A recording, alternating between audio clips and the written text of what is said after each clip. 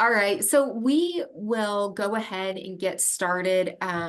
There's a lot of content to cover in this training. And so just a little background about it.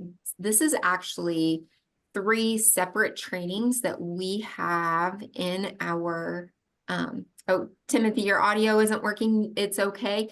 Feel free to use the chat as you need. But we noticed a need for just pulling all 3 of these ideas together and presenting them. And so the content is a lot. There's a lot that we're going to go over today and discuss. And please know that like each one of these topics could be a half a day to a full day session just by itself. So we're going to just try to get some surface information out. If you guys have questions as we go through this today, please stop and ask. I want this to be interactive, and my goal is to give you what I think you need, because I'm not in your position. I'm not in your building. I don't know what your needs are, so I'm relying on you. So if we're focusing on a topic that is not super relevant or you have questions about, let me know about it, and that way we can answer questions, get things taken care of, whatever we need to do. So my name is Katie Mosley. I usually do this training with Alana Harveth, but she is traveling today. So I'm doing it solo. So I am trying to man the chat and admit people and do the presenting. So please, just a little bit of grace as I'm trying to navigate all of that. Today, we're going to talk about differentiation. We're going to talk about universal design for learning, and then we're going to talk about specially designed instruction. We're going to talk about each of them individually, and then at the end, we're going to pull it all together and just talk about how they're related and connected to one another. So just a little bit about our center. If you are unfamiliar with us, we are the IEP Technical Assistance Resource Center. We are here to support Indiana educators any way that we can to help promote outcomes for students with disabilities. The most amazing part about that is that we know that methods that help students with special education eligibilities really help all students. And so we are here to support any way that we can. So at the end, I'll provide you with my contact information. You are welcome to always reach out, ask questions. If you see a resource or hear of a resource that you want that I have access to, I am more than happy to share that information with you guys as well. So just a couple learning objectives that I have for us today. I really want us to look at just those different opportunities we have for providing equitable access to high quality tier curriculum. So that tier 1 curriculum is what we would consider like general education curriculum. That's the curriculum where our core instructional teachers are teaching what they know. Also want to look at just the educator's role in different areas. So what is your role in specially designed instruction? Oh, and Rochelle has a cat. Oh my goodness, this is going to be a catastrophe. I'm going to be so distracted by the little kitties. So we want to talk about that. And then we also want to talk about some strategies to promote the success of all students. So here is an important Padlet link for you guys. I am going to attempt to put this in the chat because it is a lengthy resource. If I can figure out how to do that. Maybe we'll go this route.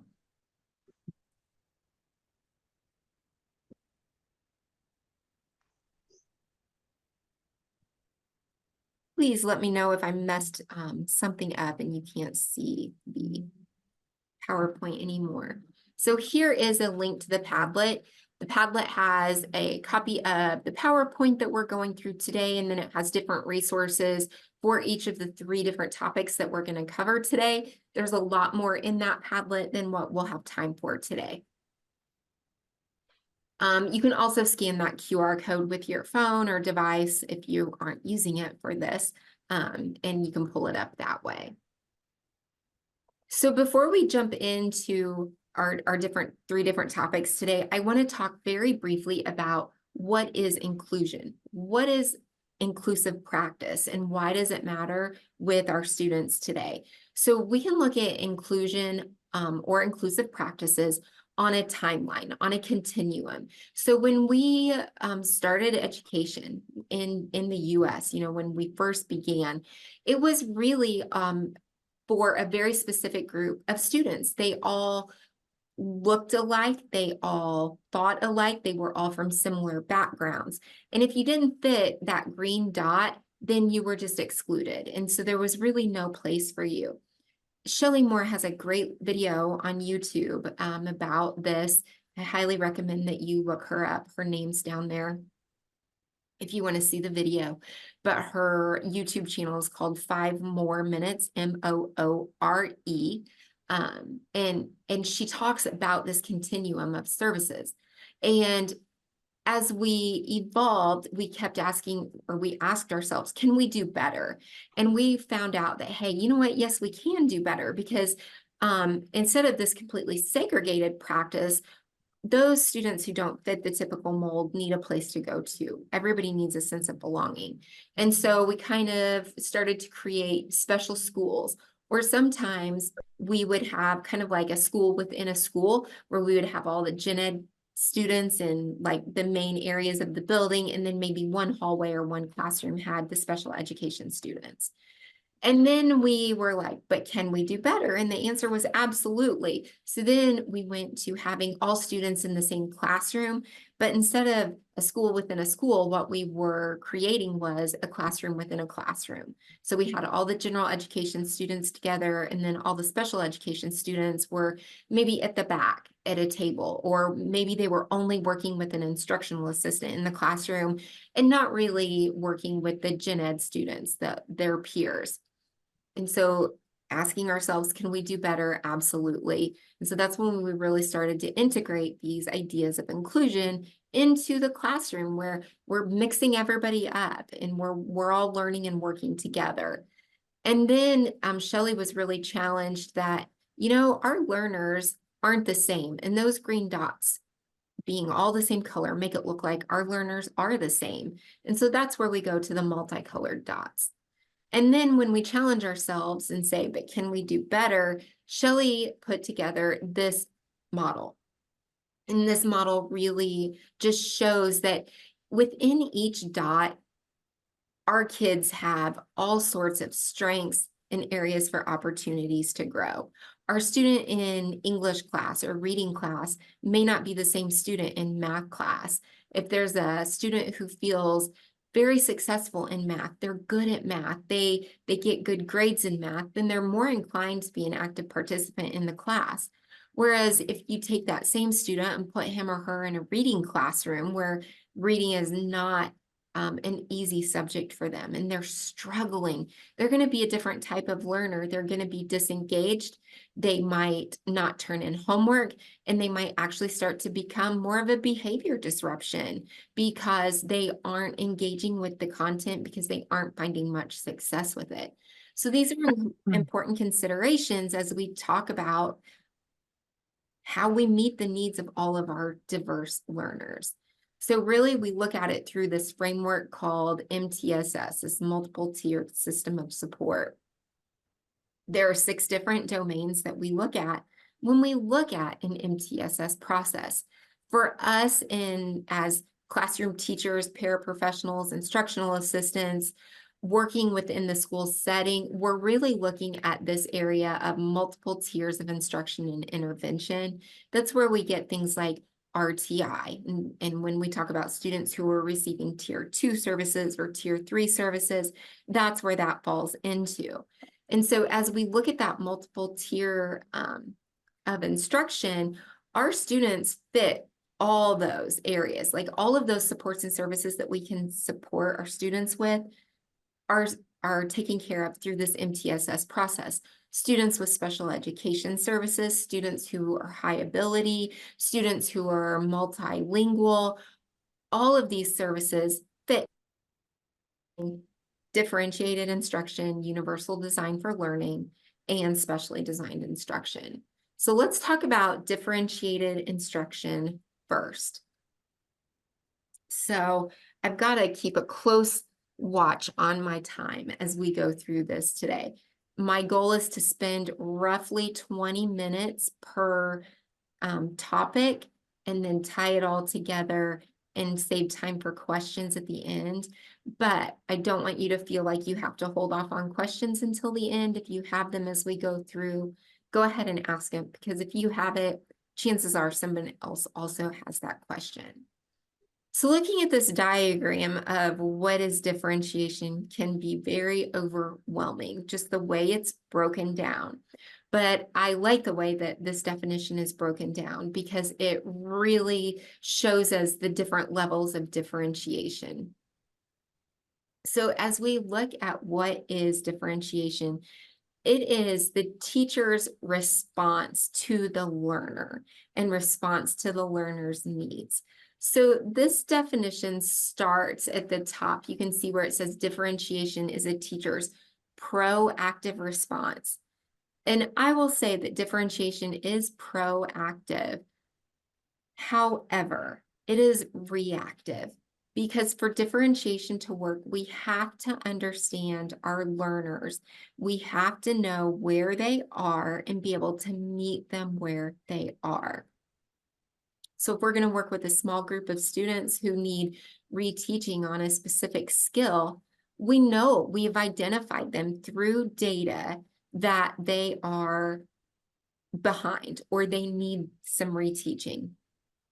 So when we think about different sources of data that we have to look at our students, what sorts of data points do you think we look at? Or maybe data points isn't the right word. Let's just say data. What sorts of data do we have where we can make these, I'll say, assumptions about our students and where their area of needs are, where their supports are?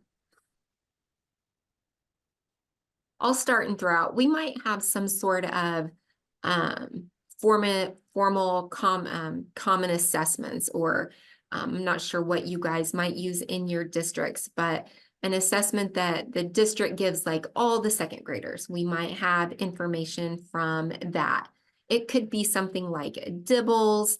It could be NWEA. In the chat, I see some great comments. Grades, for sure.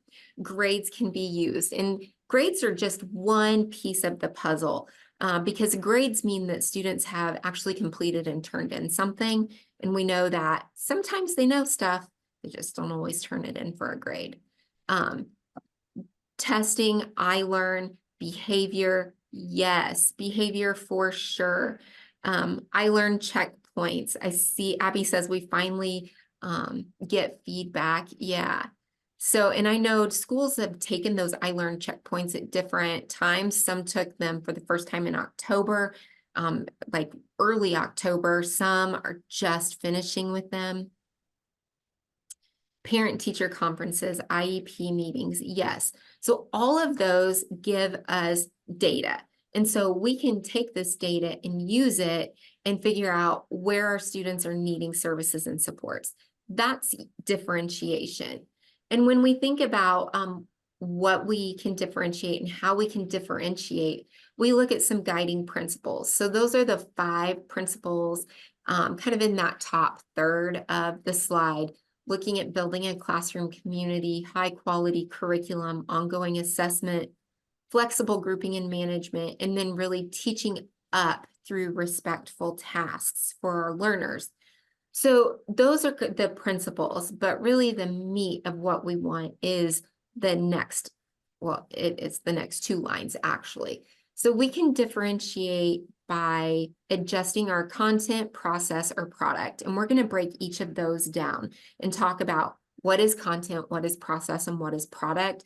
That will be helpful as we go into universal design for learning and specially designed instruction as well. So it'll be worth it to spend just a little chunk of time on those 3 topics. But we're really evaluating them through the lens of the patterns in our students. We're looking at student readiness. Are they ready for this skill? Do they have gaps? Do they need background information? Do they need front loading? Do they need reteaching, pre-teaching? What are we looking at? What about their interest? We know that if we don't have interest in something, we're probably not going to jump in and do it. So we're going to talk about how to really increase our students' interest in what we're trying to do. And then looking at their learning profile. So looking at how students prefer to learn. We know that like in the early or late 90s, early 2000s, we had Howard Gardner's different learning styles like kinesthetic learners, auditory learners. Research shows us that that's not really accurate. Rather, we have learning preferences. There's not one particular way that we can say we learn better, but there are ways that we can prefer to learn new material. So let's look at, oh, I forgot about this definition of differentiation. I'm not going to read this slide to you because you guys will have access to it if you've pulled up the Padlet. If you haven't, it will come to you when you get your copy of the training, or yeah, the copy of this training, and you will also get the Padlet link with that. Oh, Rochelle, I love that. A rock cycle project with a Minecraft theme. Yes, and I believe you said you were elementary. Thumbs up, you're elementary. No, maybe you didn't say. But that's for sure looking at what our students are interested in and knowing that. Middle school. Okay. So yeah, middle schoolers are into that Minecraft stuff too.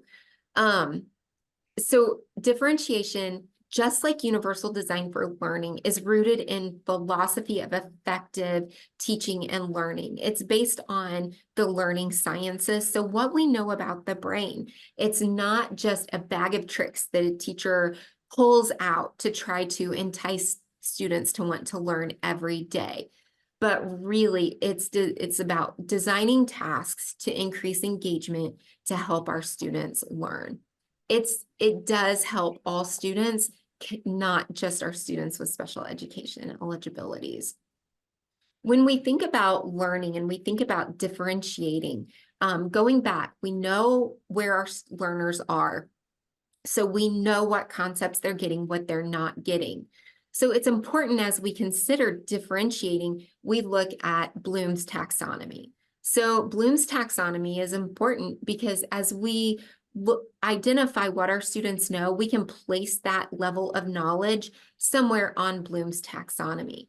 So if we are trying to apply something, like apply the cycle of the, apply the rock cycle and talk about the different formations that rocks go through and the process of that, what we really have to look at is, okay, I know I want my students to apply this information, but first I have to work down on this taxonomy. I have to look at, but do they understand the rock cycle?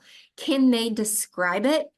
Can they explain it or identify it? They have to be able to do that before they can actually apply it to a project.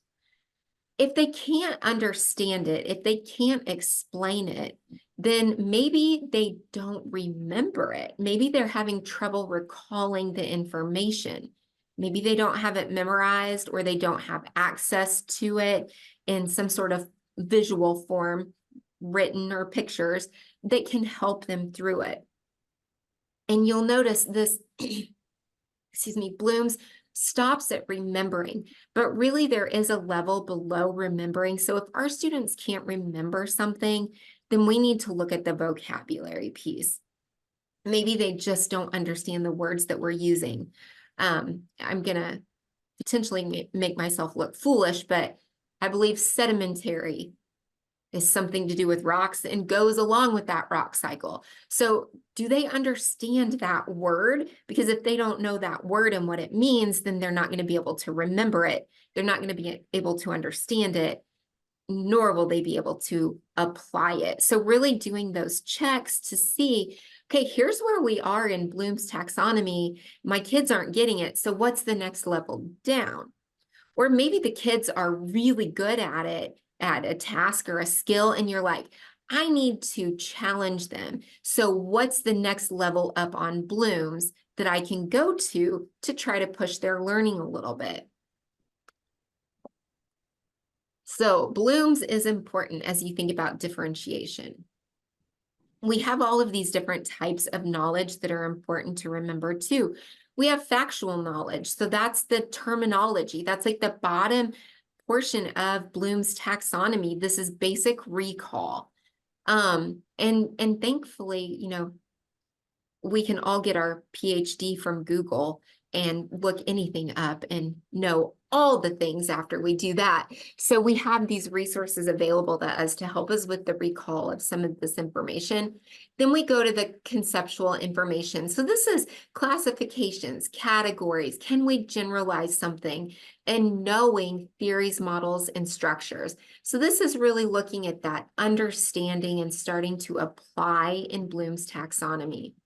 Then we start to work our way up. We have procedural knowledge. So this is subject-specific knowledge. And our learners could be really strong with procedural knowledge for, say, social studies. When it comes to math, they might not be there yet. And so that's when we look at like those learners and looking at them as like a pie piece. And then on top of that, we have the metacognitive knowledge. So this is just knowledge about cognitive tasks and being able to use context and other knowledge to pull in to show our understanding of something. When we think about the different considerations for content, process, and product, these are the things that we want to look at. Are the kiddos ready for what we need to go on to next? I know it's always like, well, we have to, here's the standard, we have to teach the standard. You do, we do, right? But we have to be sure that the kids know what we're talking about. Otherwise, it's going to be very difficult. So we can look at things like motivation. What's the interest of our learner? What about their learning profile? Maybe they're going to prefer to do some task over other tasks. And then looking at how we can do that efficiently with a larger group of students. So those three things that we talked about, content, process, and product. I totally slipped my mind there. We're going to take a look at the content part first. So content is the what. So this is the requirements. It's what we want the students to learn and know. So if you're a teacher, then you are writing like your goals, what you want the students to know. If you are an instructional assistant, then you don't get to write those, but the teachers give those to you, and then you have that knowledge of, okay, here's the goal that we're working on. Because we have these really clear goals, and we have these firm standards, but we have flexible ways of meeting those goals and standards, and so it can look different. It doesn't always have to be the same way every single time we're introducing a topic, or we're teaching a topic, or we're expecting the kids to produce some sort of output so that we can assess them on that. So we're looking at the content. Can the students generalize it out? Can they transfer it to another skill? Do they have different options in how they're taking in the material that we're trying to get them to learn? Or is it the same way all the time, every time? We know standing and talking to a group of kids is probably not going to be most effective. So that's where some of these more like tactile programs help our kids. Something like Orton Gillingham, that strategy of reading, where kids are touching and moving and saying and blending. Those are helpful for our students. So different strategies that we can use when we look at the content are just different text and supplemental resources. So can we adjust the level of reading that we're giving our students? So there's a great website. If I'm gonna attempt to put it in the chat. It's called Rewordify. And this is a wonderful website. It's just rewordify.com.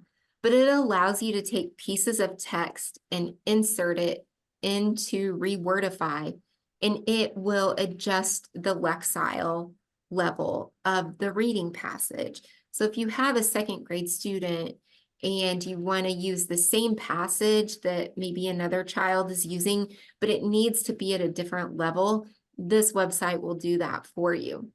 And so as we go back to that previous slide at looking at clear goals, I always want you to keep in mind, what is the standard telling us with the students? Because if the standard tells us that the student has to be reading a 4th grade level passage because they're in the 4th grade, we can't always adjust the Lexile. But if it's a social studies lesson and the students are in 4th grade and they're learning about, say, the rock cycle, and we're reading a text in class at 4th grade level, but we know our students aren't ready for 4th grade level content, we can still adjust that reading passage, because my goal is just that they understand the rock cycle. It's not that they understand the rock cycle using a 4th grade text.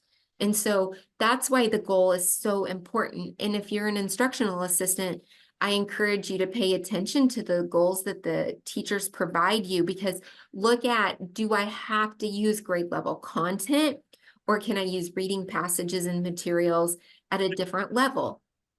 Again, it goes back to that standard. We can use different materials, resources from the internet. AI can be a great tool for us. I'm not sure how I feel about it yet. I don't feel like we could use it for good or bad. Within the school setting, there are some really great AI options. Magic School AI is a wonderful place to go for all sorts of information in creating lesson plans, creating rubrics, generating ideas. I like using AI just as a brainstorming tool. So those are just some different things that we can think about. Let's see, let's look at the process. So this is the how. So this is our students are actually doing the learning. This is the meat of it, the most important part here for our kids. This is where we're looking to teach them new skills to build on to what they're already learning. So this has to be very purposeful for our learners. Thinking about this, how can we tier assignments? Can we be flexible in what the students need to do on the assignments so that they can show us what they know? I see Terry uses ChatGPT to create scripts for teaching, which you then mold within the lesson. Yes, I love that. That's why I say it's great for brainstorming, because it can give you some details, but then you know your learners, so you can go back in and tweak it. Let's see, Gemini, yes, Magic School, Perplexity. I'm not familiar with Perplexity, but I'm for sure going to dig into that. I like to try to know all the different tools out there so that I can give those to schools. There's also, Claude. I'm not sure if that's the name of Terry's cat, or if, oh wait, no, Terry had the Christmas tree, wrong one. But I'll have to look into that one too. There's another website that is Project Read, and I'm not sure based on, and this would be more for elementary teachers and assistants for sure, but it looks at different decodable text. You can generate decodable text through this, but it aligns to UFly, and there are like 3 different programs that it aligns to. So you can like put in like what skill you're working on for UFly, and it will let you generate a decodable. So, if you have a kiddo who is fascinated with trains, and even though you're working on the short O sound, you want to create a decodable reader with a train in it just to get that student's attention, you can do that using this website. You can do that using some of the other AI websites as well, but Project Read is nice because you can align it to certain curriculums. Using interest centers, graphic organizers with our kids, those sorts of things all work in this domain too. You guys have all these, so I don't want to take the time. I'm keep looking at my phone so I can check my time here. Using multiple modes of expression when it comes to the product. So we're jumping into that third area now. So the product is what the students are using to show us what they know. So we still have this clear goal of what we want the students to know. But again, can we be flexible with how they show us what they know? So sometimes kids don't want to write. They're going to refuse to write. So it's like, okay, can we accept a verbal response from them? A verbal response in my mind is better than no response. However, if a student is taking an iLearn checkpoint and they're refusing to click on the mouse, that's a problem, right? Because we can't take a verbal response. And so that's a time when we can't adjust it. But there are times in the classroom where we can. Looking at just different skills that we can integrate within our products that our kids are showing us, and going back to some of their learning interests. What can we do to help them? We'll talk a little bit about executive functions. The product that the students produce is highly correlated to executive functions. Executive functions are about that output. They're about reaching that goal. And that's what an assignment is. That's what an assessment is. It's showing that I've reached a goal by turning something in. And sometimes our kids don't have success with that. And so we don't always get this finished product from them. These are just some different ideas for different types of groupings. Maybe kids like independent study, maybe they want more of like a mentorship, maybe they want small groups, just varied working arrangements within the classroom. Maybe you can move desks, tables, that sort of thing. And these are just some different strategies that you can use. All right, so we're going to jump into universal design for learning. But before we do that, I want to just throw out there if there are any general questions about differentiated instruction before we jump into UDL. Differentiated instruction uses flexible grouping a lot. It's not something we have a lot of time to discuss here, but it is so important that we use flexible grouping with differentiation. So that means our groups are fluid. We're moving kids in and out of groups to make sure that we're reaching their needs. They shouldn't be with the same group all year because there should be skill areas where they're can move in and out of those groups. But it also looks at grouping our learners so that we've got like that learner who maybe has the content mastered beyond the point of grade level, that grade level mastery, and then maybe students who aren't quite there yet, and grouping them by different levels that way too, so that the students can learn from each other. It's a big part of differentiation. Okay, so I'm not seeing anything. So we will go into universal design for learning. So this comic is a wonderful representation of what universal design for learning is. So I know that you can see the comic, but just so that I can practice what I preach, you can see it, but I'm also going to explain it to you.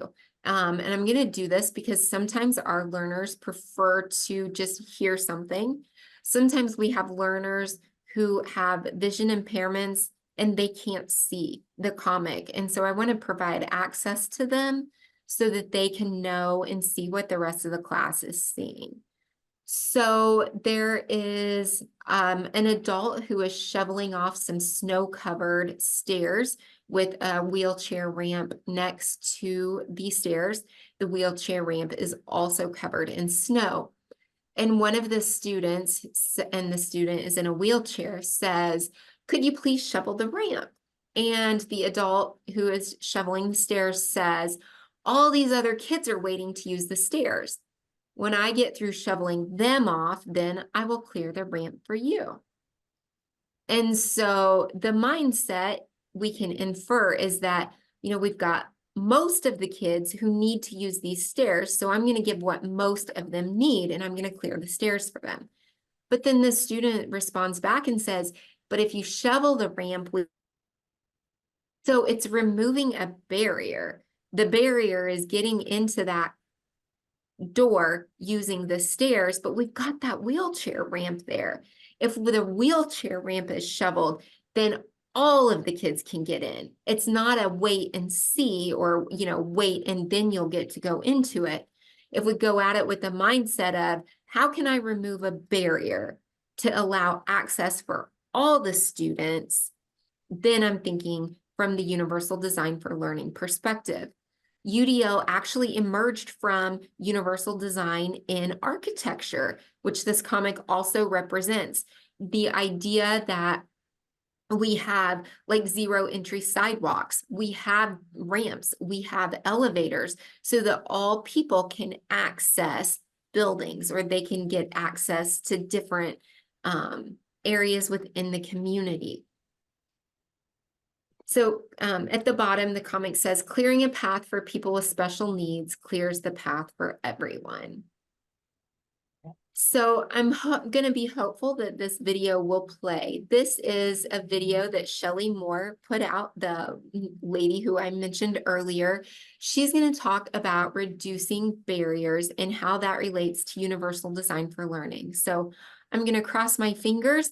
If you cannot hear the sound, or it's just poor quality, somebody let me know. If you have your camera on, just flag me down, or throw the hand waving icon up, and that way I don't want to distress you for 3 minutes.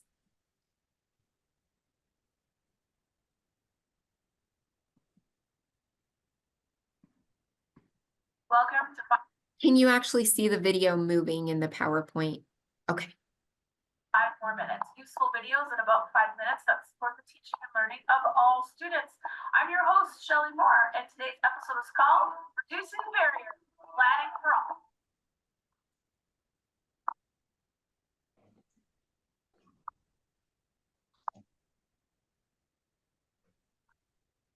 Okay, everyone, today we're talking about something very important. Today we're talking about shifting a paradigm. Now, one thing that I'm not sure everybody realizes is that in our efforts to move towards more inclusion and equity in our schools, is that one of the biggest barriers is the actual infrastructure of the existing educational model. You see, me, like many of us who work in education, we were taught how to support students through a special education lens. That is a model where a plan is made for most students, and then special support is offered to those students who don't have success in that original plan. This special support then seeks to figure out, well, what's wrong with the student in question, and then offer support in a way by offering adaptations and modifications so that they can fit into the first plan.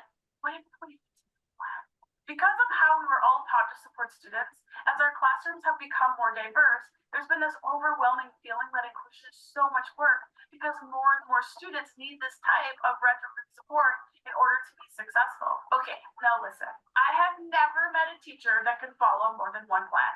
So a big question emerging here is, how do we make one plan for all learners from the start so that we can be effective and efficient, and then not have to retrofit for all of the learners that don't fit?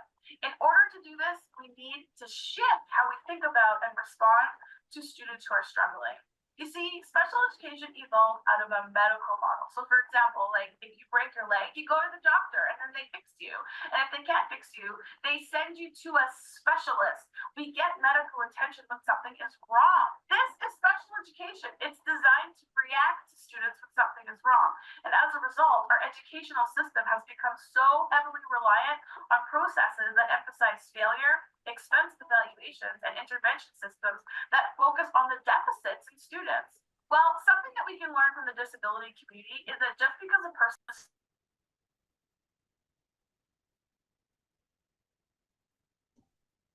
students in a way that meets their needs without creating programs and following processes for only targets what's wrong. Well, I will tell you this. We need to move away from the medical model, that's for sure. So what can we do instead? Well, one alternative is to shift towards a social model. In a social model, if someone isn't having success, it's not because they have a disability or because something's wrong with them as an individual, but instead it's because there's something around them in the context that's limiting their success. Now listen, I spend a lot of time traveling, mostly throughout North America, but about 2 years ago I had the opportunity to speak at a conference in Hong Kong. Now I was so excited about this. I've never been to Hong Kong, so my wife and I, we packed our bags and we were ready to go on our great Hong Kong adventure. Well, I was so excited that I didn't really anticipate that I would have different needs in Hong Kong than I do in North America. Typically, I would feel pretty independent in my travels. I would rent a car, I would drive, no problem. I would be able to navigate conversations and menus and directions and be able to find the conference hall that I'm presenting in, easy peasy. But in Hong Kong, I realized I needed much more support to be able to do these very similar things. Like I wasn't able to rent a car. I didn't have the right driver's license. I wasn't able to have many conversations, read menus, or follow directions because there was a language barrier. I also had no idea where I was speaking because I couldn't read any of the conference signs. I needed a lot of support in Hong Kong. Thank goodness the organization who brought me there anticipated this and made free Hong Kong EAs available to me if I needed them. I had a driver, I had a translator, I had a host. But I couldn't help think to myself, like, that's so many resources for one person. What's important to note with this example is that whether I'm in North America or whether I'm in Hong Kong, I'm still the same person. My success and independence in Hong Kong had very little to do with me as an individual and had more to do with the barriers that existed around me. Now, I want you to imagine all the students that you work with, every teacher they interact with, every classroom and school they go to. I want you to think about all these different contexts as possible different countries. Students are the same regardless of where they go. What changes is the context around them. And every context is going to have more or less barriers that can either support or limit success. So how do we support kids this way? Well, first of all, we have to anticipate these barriers, which means we can't wait for students to not be successful. We can't wait for them to fail. Second, we have to stop putting all of our resources into trying to fix individuals. If we move away from this kind of student diagnosis and intervention as the first strategy, it allows us to assess the environment and the context first to find out what's getting in the way. Because the big idea here is this, my friends. The more we support a context to reduce barriers, the less individual resources a person will need to be successful. The social model of support is a foundational understanding to planning for all students and directly connects to universal design for learning, response to instruction, and collaborative models of support. It would be very difficult to try and implement any of these frameworks if we were only looking at students through a medical and deficit-based perspective. Students are not broken. They may need support, but today's challenge is asking, instead, look around the student to see how can we fix the context so that barriers are reduced instead of looking at what we can do to fix a student in their deficit area. Thank you for tuning in to this episode of 5 More Minutes. Make sure you take a look at the 5 More Minutes podcast where we dig deeper into some of these big ideas. Give us a like. Don't forget to subscribe. Don't want to miss any of these episodes. I'll see you next time.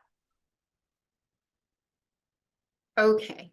So if anyone is willing, what about that video, if anything, jumped out at you as being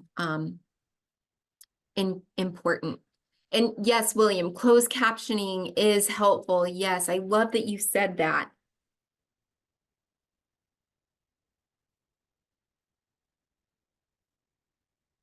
If people are typing in the chat, I'll give you just a minute to do that. But one thing that I really appreciate is, looking at the environment or what is going on to remove that barrier for our students. Yes, students are not broken, right? The kids are not broken. We can't let them think that they are the ones who are broken, and we can't wait for failure. I absolutely love those. You guys are hitting the nail on the head with those. Everyone is different. Everyone can be different, and that's okay. I love the discussion of shifting from that medical model to the social model. It's not just a one size fits all. for our kids, when sometimes the reality is that some classrooms are designed that way. So UDL is not a set of strategies or techniques. It is a framework that helps teachers plan instruction that removes barriers for all students. So that is important. It's a framework. It's a philosophy, just like differentiation is a philosophy and framework for our kids. So we're going to skip this little activity because, well, we'll go through the first one. I would love to do the whole thing, but I know that our time, we have 40 minutes. So I'm trying to be super mindful of that. We can think about these statements, and I want us to think about, is there a clear goal? And is there a multiple, it says multiple means. So does that means, are there multiple ways that students can show us this goal, or is it only one way? So if we look at students will be able to create a self-portrait, we can ask ourselves, is that a clear goal? So I go back to having that firm goal. Is that present?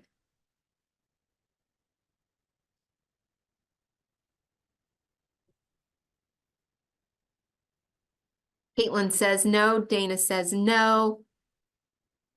Why? And I'm not going to put you on the spot, so don't feel like you have to. I think sometimes with goals, they are left up to interpretation. And so this brings us to a very valid point that we need to have clear goals. This goal isn't clear.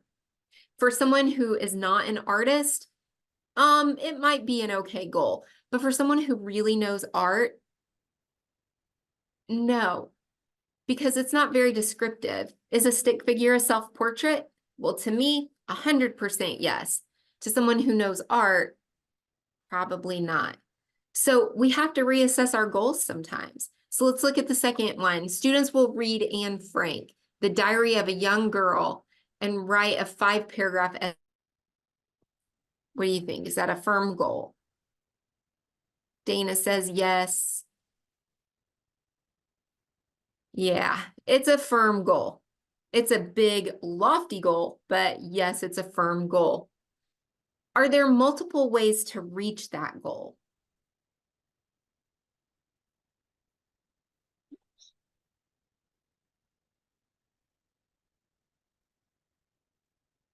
Yes, absolutely. There can be multiple ways to reach that goal.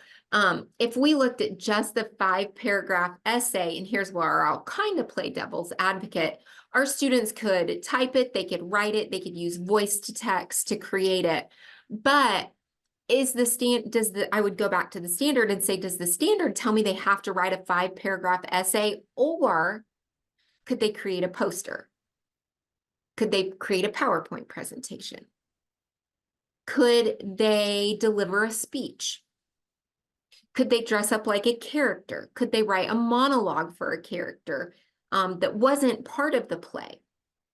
And so when we start to think about, yeah, there are different ways that we could write a 5-paragraph essay, but then when we look at that part by itself, it's like, well, what else could we do instead of the 5-paragraph essay? If the standard says you have to write an essay, then guess what? You have to write an essay. So, but if the standard just says that you need to be able to discuss the book or the novel, we can interpret that in different ways. It's a method standard, so it must be writing. Look at William coming in with that. Yeah, if we look at it from that perspective, it is. So I would ask you too, just to challenge you, is that your standard or is that your goal? Because if the standard says 5-paragraph, 100% it's writing it. But if the standard doesn't use writing, can it be flexible? But I love these thoughts here. All right, so when we look at universal design for learning, it's broken down into 3 pillars: multiple means of engagement, representation, action, and expression. This is very similar to what we get with differentiated instruction. The difference behind universal design for learning is that it's based on brain science and what we know. So we're looking at these different networks of the brain. We know that the networks of the brain do not function independently of each other. Do not function independently of each other. They're interwoven, right? They're working together. And so as we look at these, I know that they don't operate independently, but we're going to kind of talk about them in isolation. So when we look at multiple means of engagement, this is that affective network of the brain. This is the emotional center. So if you just take your hand and make like a hand model of the brain, this is the part we're looking at. It controls all of our emotions and reactions, feelings, those sorts of things.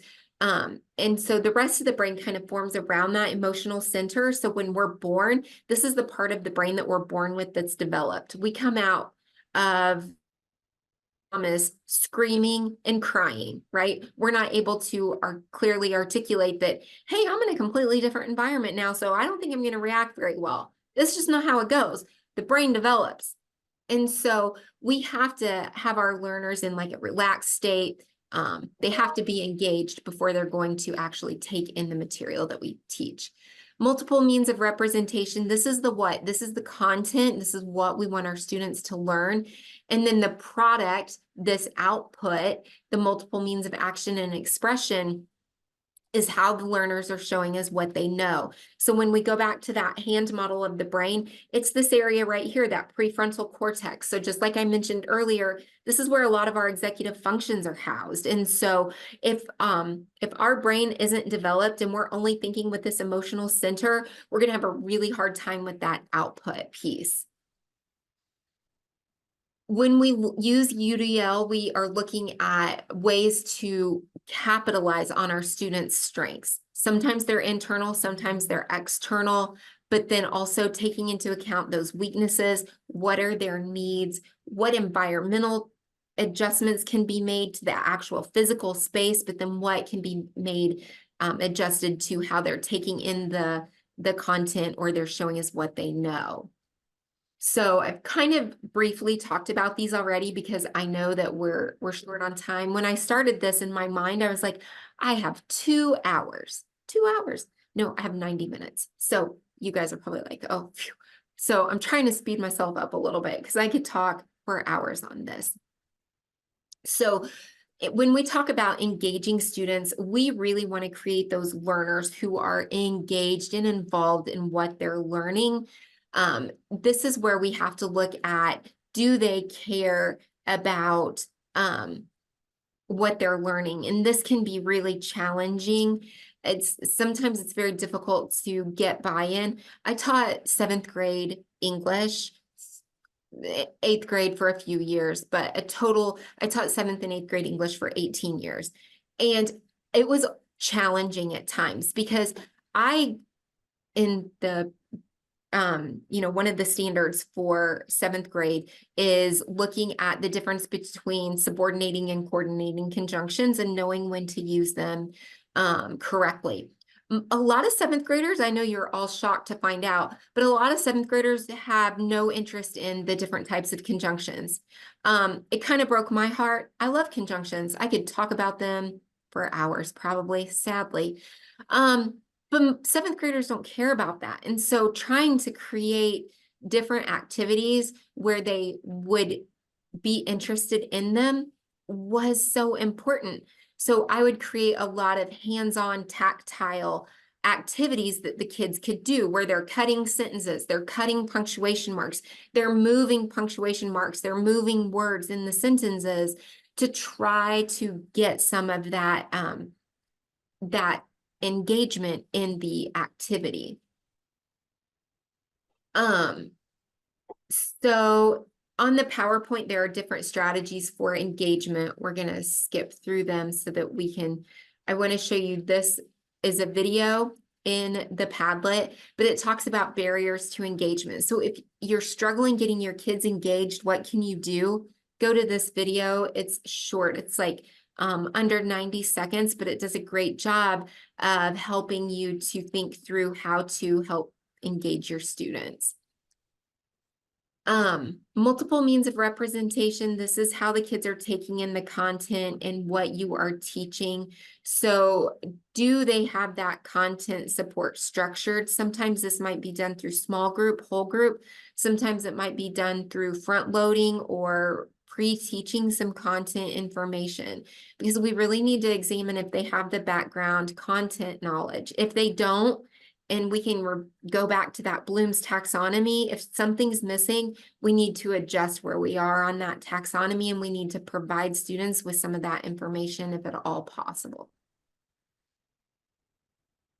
Again, there's a video on reducing barriers to that. And then finally, we get this network of the strategic output.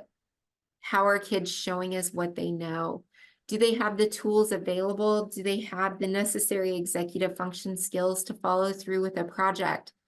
Oftentimes we think sometimes with high school kids, it's like, well, we can assign a project that we know is going to take them multiple weeks to get through. And we don't do a lot of it in class. They're just set to do it on their own. We think, well, they should be able to pace themselves. But research shows us that students, high school students, 17, 18-year-old students are only able to see 2 to 3 days in advance. They don't see any sense of urgency outside a couple of days. So if we provide them with a semester-long independent project, they're probably not going to take a look at it until 2 or 3 days before it's due. So then they're trying to rush to get things finished because they don't understand how to set a goal and how to set different benchmarks to reach that goal. So another online tool to help with this breaking goals down is called Goblin Tools.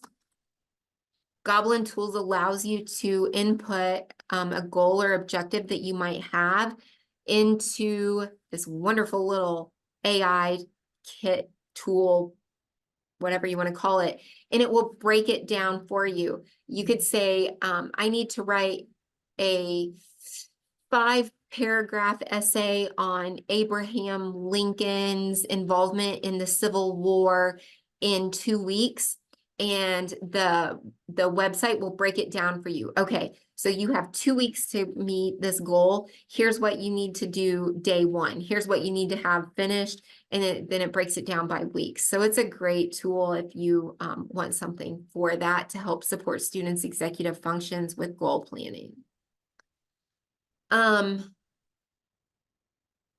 There's the video and then a flow chart on how to get that as well.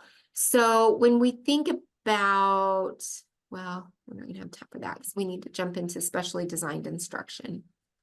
I had some, oh, there we go. Wait a minute. Okay. Any comments about universal design for learning? That was super quick and dirty. I did not much do it justice, but. Okay, so specially designed instruction is I'll refer to it as just a little bit of a different beast. And we'll get to that here in just a few minutes when we talk about the intersection of all 3 of these different frameworks. So specially designed instruction is about adapting the content, methodology, or delivery of instruction. So really, it's the same 3 things that we're talking about, just using a little different language. Specially designed instruction is a legal requirement for students with disabilities. So if a student has an IEP, then a student has specially designed instruction. It is what makes special education special. If a student does not need SDI, they do not need an IEP. So keep that in mind as we talk about specially designed instruction, because the purpose of it is to address the unique needs of a child that result from that child's disability, and it ensures them access to general education curriculum. So SDI, I cannot express this enough, comes with legal consequences when we don't meet it. So the definition is broken down on this slide. I just talked about it, but it's really Those three words, it's ensuring the access, it's addressing the unique needs, and it's helping the students meet educational standards. And it's not just exposing in that third bullet point down. That's important. Our students with special needs are required to meet the same standards of students without special needs. And so that's why we use the word meet and not just expose or introduce them to it. General education classrooms provide the most equitable access to general education curriculum because that general education teacher is a content specialist. That gen ed teacher knows the content, knows the standards, knows the pacing, and is the person most appropriate to deliver that instruction. And so sometimes it's like, why is this kiddo in this general education classroom? They're not there. Well, the law says and tells us they still have to meet the standards. And so I love this quote, you can't teach a child to swim by taking them out of the pool. And that's sometimes what we do in education. And sometimes we do it out of like our own, I'll use the word selfishness, but it's like, we know this kiddo isn't there, so we want to take them out so that we're not putting them in the situation where they're going to fail. And so it gets tough. I'm not saying this is easy because it's not. It is so hard. And if we had 2 more hours to talk about this, we would talk very much in detail about this. But the short version is the law says that our students have to be exposed to general education curriculum with that teacher who is specialized in that content area. Maybe it's a 2nd grade teacher, or maybe it's a freshman English teacher. So when we look at specially designed instruction, it is different from accommodations. SDI is not an accommodation. It's teaching students how to use accommodations. So common accommodations that we have, things like calculators, small group time, pull out for testing, small group assessment. And we write these accommodations into IEPs and we think they're going to be like the magic cupcake that cures everything. And they're not. Our students go to with magic cupcakes that solve all of their problems. SDI is not a specific intervention or a specific program. So that's another important consideration. It's not a tier 2 intervention or a tier 3 intervention. It's something that is specifically designed and taught to the students. It's not differentiated instruction. It's not universal design for learning. Those are things that are accessible for all students and that all students should be getting. It might draw on those principles, but it's different from it. It's different because it has to meet the child's unique needs that are resulting from the child's disability. So when you get access, if you're a general education teacher or a para, you have access to the child's IEP at a glance. I'm not sure if you see those or not, but ask to see them, because if you are in charge and responsible for the child, then you have the legal right to look at the IEP at a glance. The IEP at a glance tells what the specially designed instruction is. It tells what adapted and it tells how. So it's wonderful because it's like a blueprint to say, here's how you can best teach this child. This is what we know because we've assessed this child. And so here's what our data is telling us is going to reach the child best. And so you can apply that in your small groups or in your whole group classroom settings. And specially designed instruction is always tied to a student's goal. So students who have an IEP have a goal. How do you reach that goal? Through the specially designed instruction. So it's talking about these 3 areas that we're going to break down. Content, what the students taught. So this, oh, there's something in the chat. Oh, Rochelle, I'm so glad to know that your boss made that a priority. And a lot of places they do, some places don't think that everyone can have access to that IEP at a glance, but Article 7 says that you can, as long as you are working with that student and you have an interest in that student. So a lot of times content is not what needs adapted. Adapting content gets tricky, especially when we look at high school students, because sometimes adapting content adapts and changes a standard and modifies a standard. And we have to be careful when we use that word modification, especially for high schoolers, because when we start to modify standards in high school, then we're changing credits. What used to be a course for credit, if it's modified, is more than likely not going to be allowed for a high school credit that counts towards a diploma. So we have to be careful with content.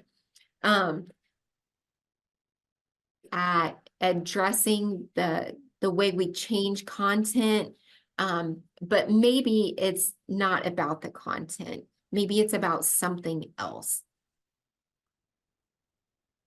So examples of different content, this is where we get things like alternative text, changing lexile, but this is why we have to be careful. We can't necessarily change a lexile for a sophomore English class. Their students are going to have to be reading something at a sophomore level, or we're going to start to modify it. Maybe we can eliminate different sections of content. Maybe we need to focus on a content standard. Maybe a student doesn't have to do a full page of 20 problems of the same type of problem to show us what they know. Can we cut that back?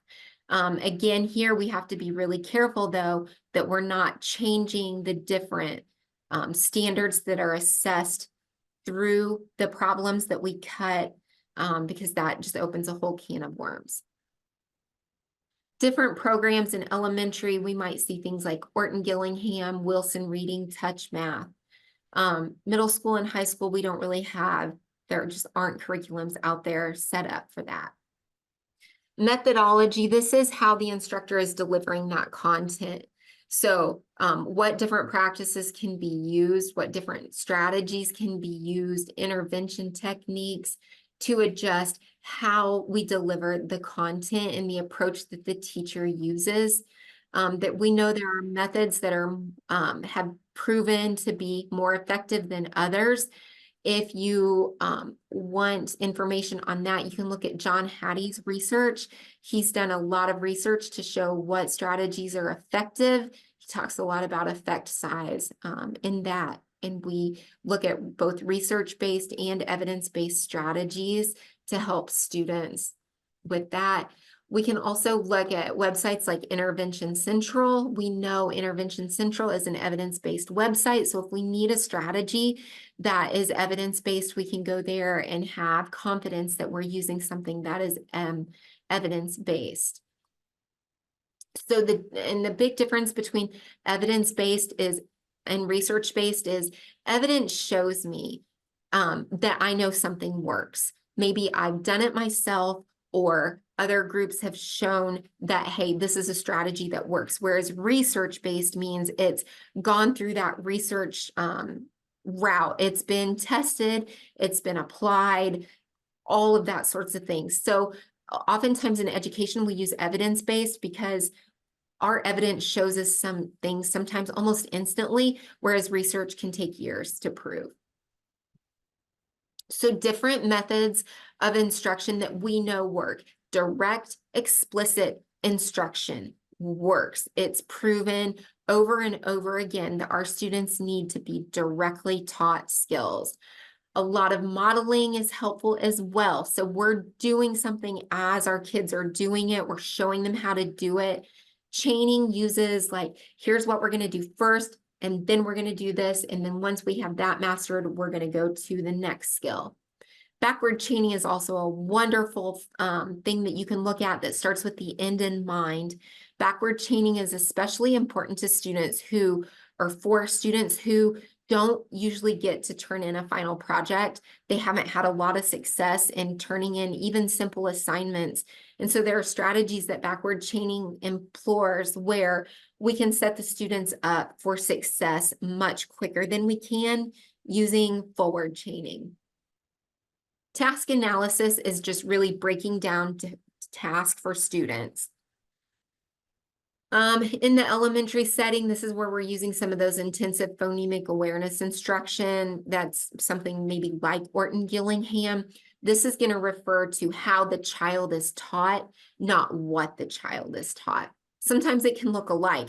We could change what they're being taught by using Orton Gillingham, but that's also going to change the method. I hope that makes sense. So then changing delivery of instruction, this is where we get things like some pullout time or some resource time.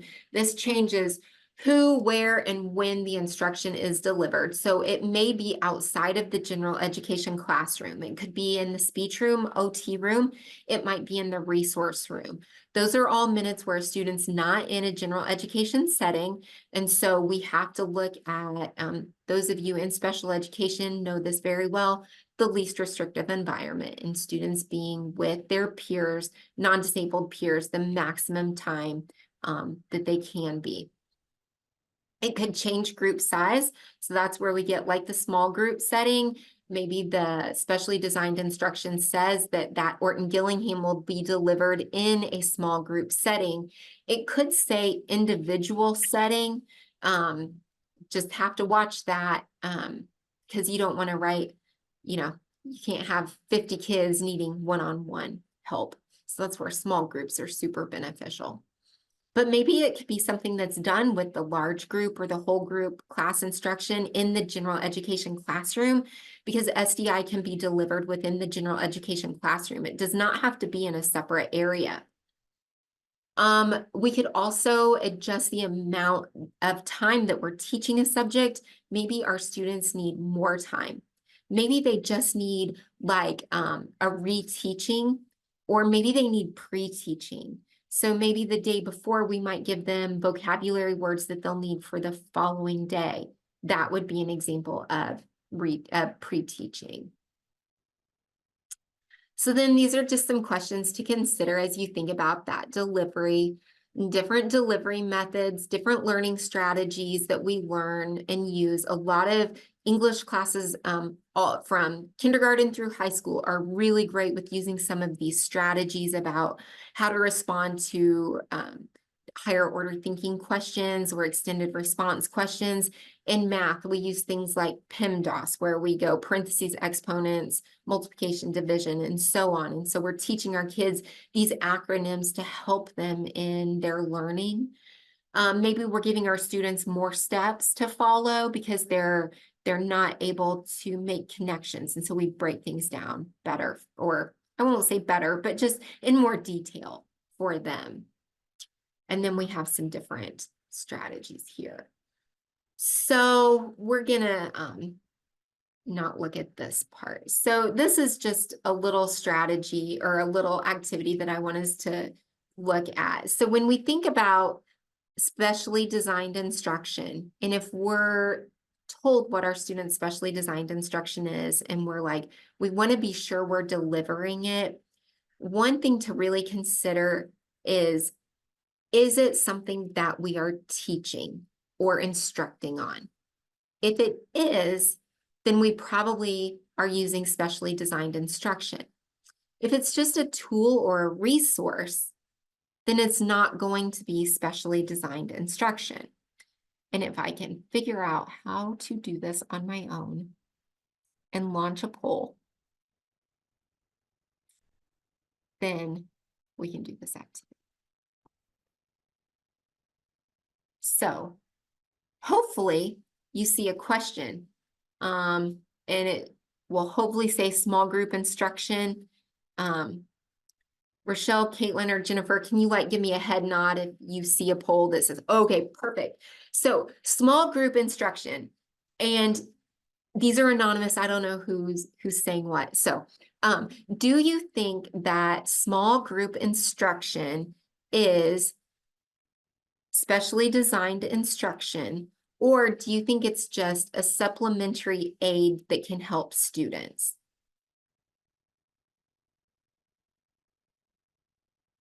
This answer is kind of in the prompt there, right? That word instruction, it tells me, hey, yeah, this for sure is specially designed instruction. And I bet I launched the poll so that all of these show at once. So number 2 is a line reader. And right now, we're great. 2 out of 2, 100% are saying a line reader is a supplementary aid and support. If my students had never used a line reader before and they needed to be taught how to use the line reader, then that could be specially designed instruction. A lot of times we will say things like Venn diagrams. A student will use a Venn diagram. Well, having a Venn diagram is supplementary aid and support. Teaching a student how to use a Venn diagram is a different story.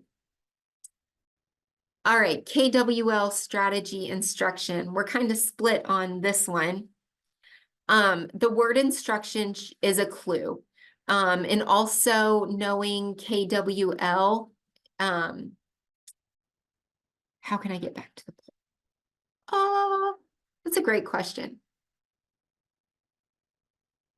I wish I could answer. I'm going to be honest. I have no idea. I'm so sorry. But what do I know? What do I want to know? What did I learn? And then I've seen this strategy even expanded to KWLQ. And so the Q stands for question. What question do I still have?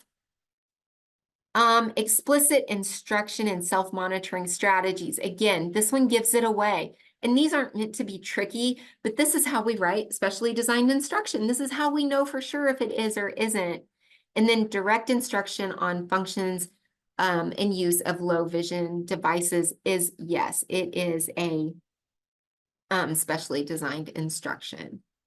So I know that was kind of quick, but I just wanted to try an activity with you guys. So now putting it all together. Okay, so where does everything fit? This chart is the best description that I can give you. This comes from a book. I wish I could say I created it, but I did not. It comes from a book that talks about all 3 of these different things. And then I'm going to throw in something that we talked about at the very beginning, that MTSS, that multi-tiered system of support. So on the outside, we have universal design for learning. The word universal tells me that it is for everyone. So all students in our school should have access to universal design for learning. It's a completely proactive approach. I don't have to know anything about my learners when I'm setting things up for UDL. And then within that, we have differentiated instruction. So differentiated instruction is a lot like UDL, except remember, I know my kids. I know where their strengths are, their weaknesses are, areas of need. I can still use principles of UDL within that. And then we have that MTSS. So this is where we get tier 2 and tier 3 support. And so those students are in some of those interventions. But again, anyone has access to that. That middle, that bullseye, that specially designed instruction is for our students with IEPs. So our students who have special education eligibilities must get SDI. But then we can work out from that bullseye. They should also still be in the support system and getting differentiated instruction and getting universal design for learning. All of these recognize that our learners are unique. It really recognizes that there's a lot of variability in our learners. All of these set clear goals and expectations that match to assessments. Differentiated instruction and SDI, though, are more central to the role of the teachers because you can accommodate You can modify throughout those. They all provide a framework for teaching and learning. UDL really emphasizes that proactive approach, whereas the others do not. So questions just for you guys to think about, how can we reduce barriers? And so if we were doing this together, like in a longer workshop, I would say bring a work sample or bring a lesson plan or bring an activity, and we would examine it with these questions. But I just want you to kind of reflect on how can you reduce a barrier within an assignment or a class time? How could you differentiate it? And how could you address SDI? I know that this content is heavy. It's a lot. I want you to think about one thing that you can take away from today and apply tomorrow. It's really about starting small. It's not about taking all of these principles and saying, oh, great, everything I'm doing has been wrong, because that's not it, because I guarantee that's not the case at all. You are here on this webinar learning for a reason, because you're really good at what you do and you're doing things right. But it's just about making a little change. One thing that is my challenge to you. So this, I can't believe it, but very quickly wrapped everything up. We have about 5 minutes. So I'm going to open it up for questions. And as I do that, you can throw them in the chat. You can unmute. There's an evaluation. You'll also get a link to this evaluation, just to say what worked, what didn't work.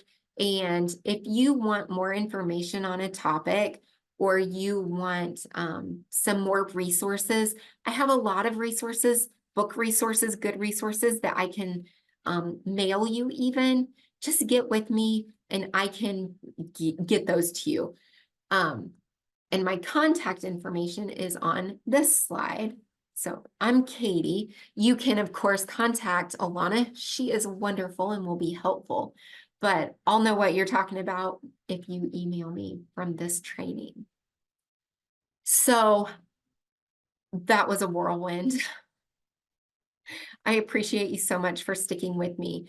And I'm just going to kind of sit back for a second and let you guys ask your questions or make a comment. If there's something that you learned that you're excited to try, feel free to share that with us as well. Abby, you are so welcome. I hope you have a wonderful evening and I hope you learned something.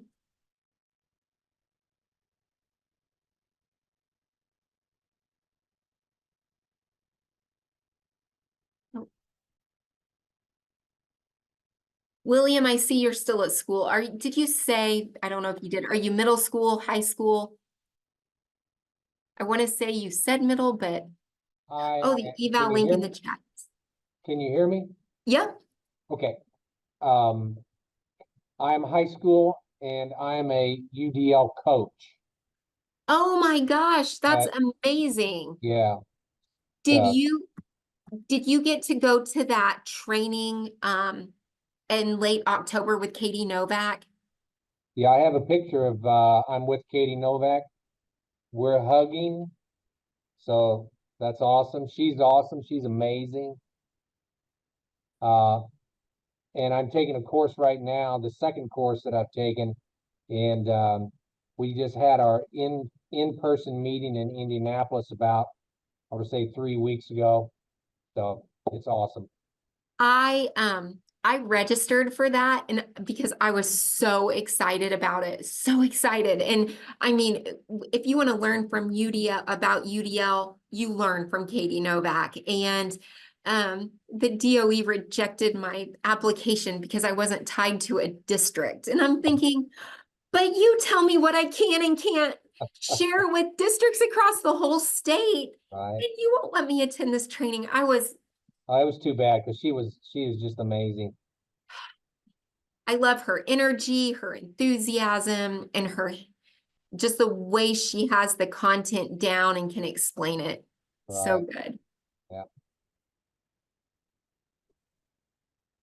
And I put the Padlet link back in there also. And you should get all that information when you receive the recording.